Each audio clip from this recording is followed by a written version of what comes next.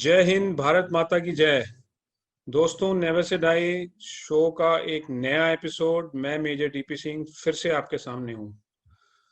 Friends, we all see dreams और कई लोगों का पैशन भी होता है और कई उसमें से उस पैशन को फॉलो करने की भी कोशिश करते हैं, but very rarely somebody is so who follow the passion till end with never say die attitude, and those who does so stands apart and make stories.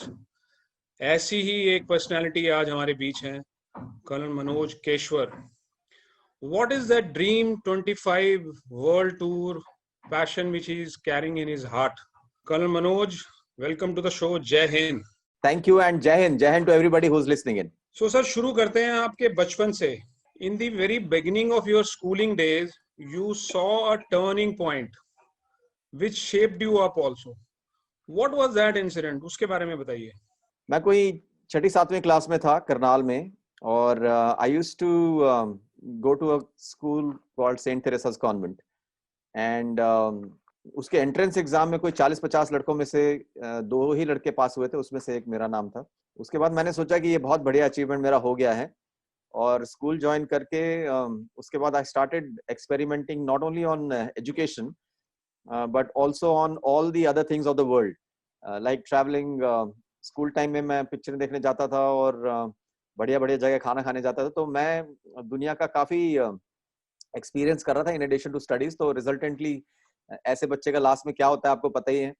तो मेरे नंबर आए नहीं और कई सब्जेक्ट में मैं फेल हो गया।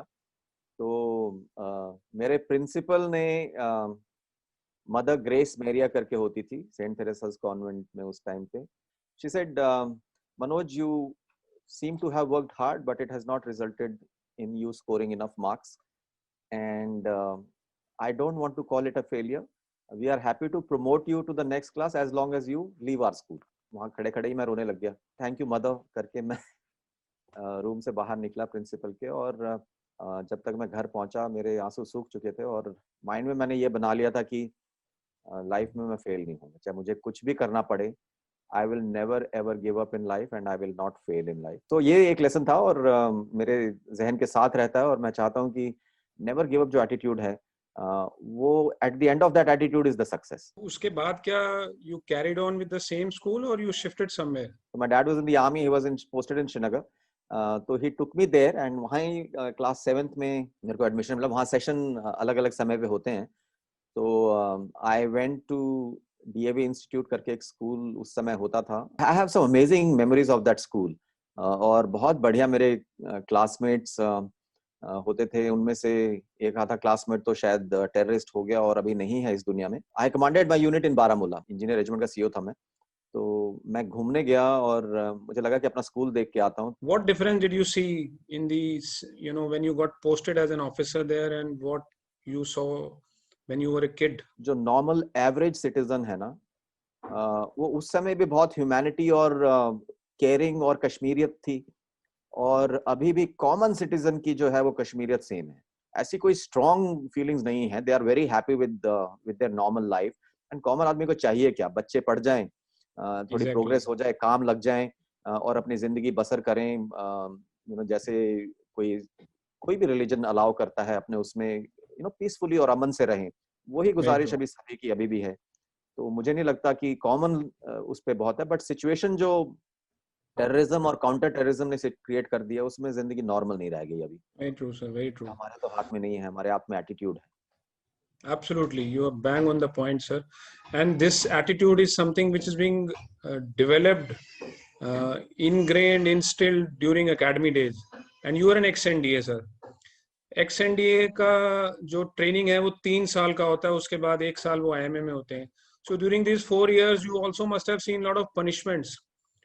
So do you think that punishment is an integral part of building such type of attitude? Is it required या ये ऐसी human resource policy के against वाली कहानी है? I would call it endurance training and I will also call it developing an attitude called never say die. तो आपका पूरा मोल्ड जो है ना, कोई भी जैसे लोहा धातु माइन से जब आता है तो पहले उसको पिघाला जाता है और फिर उसको फोर्ज करके फौलाद बनाया जाता है। तो मुझे लगता है कि ये जो ट्रेनिंग है जिसको आप हम नॉर्मली पनिशमेंट बोलते हैं, लाइक मैं तो काफी पनिशमेंट खाता था एनडीए में, और अपने कोर्स में कोई अगर टॉप 5 बोले तो मैं उनमें था जिन्होंने पनिशमेंट करी है। तो मेरी मोल्डिंग बड़ी अच्छी हुई है, मेरे को अच्छी तरह से पिघाला गया by through this punishments, and that's how you become stronger day by day, and आपको एक ये एटीट्यूड आ जाता है कि तुम्हें तो कोई तोड़ नहीं सकता। Sir, in army you joined corps of engineers, कोई ऐसा incident which you would like to share which was unlike a army officer type, but by being in army still आपको कोर ऑफ इंजीनियर ने experience करवाया? Construction destruction ये दोनों ही engineers के काम होते हैं। जब मैं फर्स्ट टाइम रेजिमेंट में गया था तो बड़ा यूनिक सा मुझे एक एक्सपीरियंस रहा। हम लोग गुवाहाटी में थे और उल्फा के against counter terrorism operations army के चल ही रहे थे। ऑप राइनो, ऑप बजरंग, ये दो एक ऑपरेशंस उस टाइम पे चले थे, और एक बड़ा यूनिक सा एम्बुश था। ब्रह्मपुत्र को यूज करते थे टेररिस्ट कि अगर एक तरफ कोई उन्होंने टेररिस्ट अटैक किया तो वो बोट लग के दूसरी तरफ चले जाते थे और एस्केप कर लेते थे। यहाँ सो कॉर्डनिंग में लैंड कॉर्डन तो इन्फेंट्री कर लेती थी, पर ये वाटर का जो कॉर्डन था जो ब्रह्मपुत्रा में, ये बड़ा इंटरेस्टिंग काम था।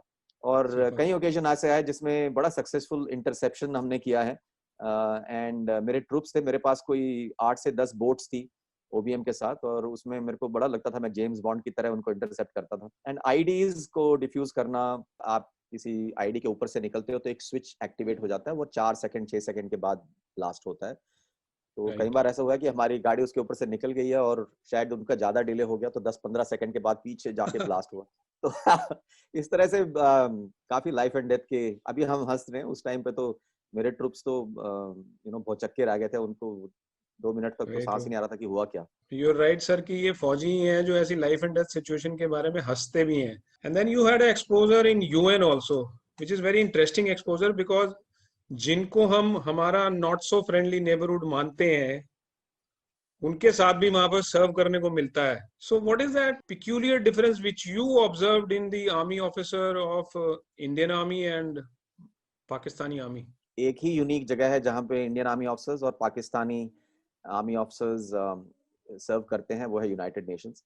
और मेरे को मौका मिला था यूनाइटेड नेशंस इन कॉन्गो, मनुक करके बोलते हैं, and we had lot of similarities in terms of our food eating habits, and in terms of abuses and slangs we used to use, they're all the same. But Pakistani military officer जो है वो एक बड़े feudalistic mindset का होता है। उनके अपने कंट्री में भी एक मिलिट्री ऑफिसर अपने आप को बाकी सारी जनता से सुपीरियर समझता है। जो सोल्जर्स होते थे, सूबेदार होते थे, हवलदार भी होते थे, उनके यहाँ भी सेम ही नाम होते हैं, दफेदार होते थे, आर्मड के जो होते थे, तो उनमें काफी फर्क होता था। Unlike Indian officer who always dissolves this difference, जो स्ट्रेटिफाइड डिफरेंस होता है या जो ग्रेडेड डिफरेंस होता है, उसको इंडियन आर्मी ऑफिसर हमेशा जल्दी से जल्दी डिसॉल्व करता है and lead from the front करता है।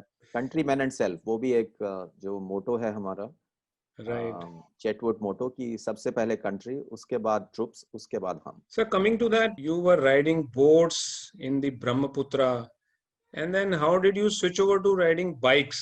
What is that story?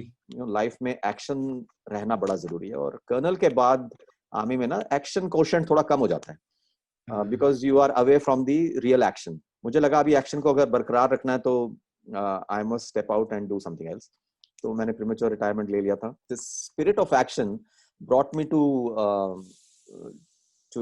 Raise a company later on, whose job was to do road trips only, and that's when I started riding across the world, including a trip from here to London, and on bike. Yeah, on bike.